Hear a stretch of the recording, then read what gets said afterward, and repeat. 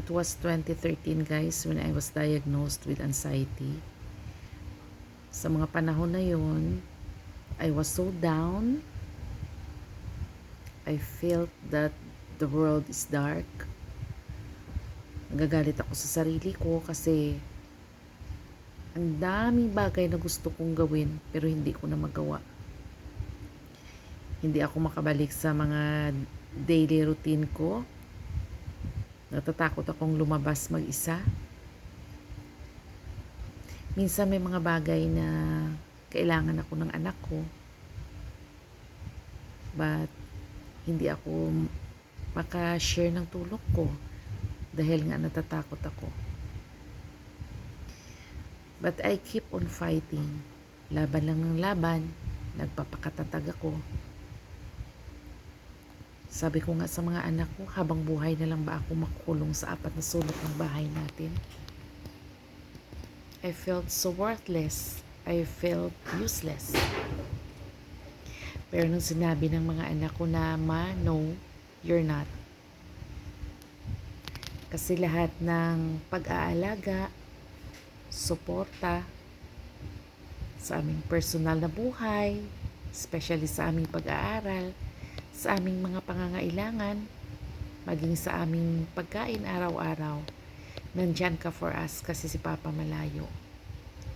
Doon guys, tinatagan ko ang sarili ko. Iniisip ko, anxiety, you're not a hindrance. Kung hindi ko kaya gawin ang mga bagay-bagay na hindi ko kaya, hindi gawin ko yung kaya ko lang, di ba? I can be productive sa kung ano lang ang kaya ko.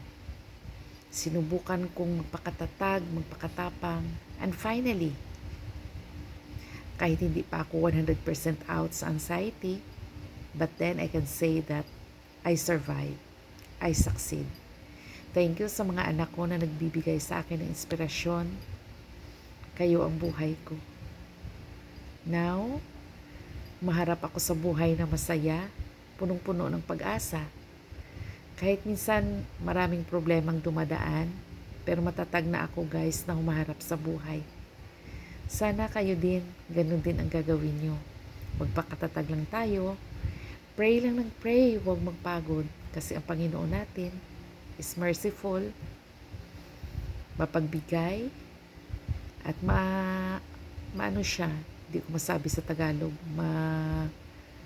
maawain. Diba? So, wag lang tayong mapagod, magdasal, harapin ang buhay ng buong tapang. Face life with positivity and everything will be fine. Turuan natin ang ating mga sarili na maging masaya kahit anuman ang sitwasyon, kahit mahirap. We can do it. I can do it. You can do it.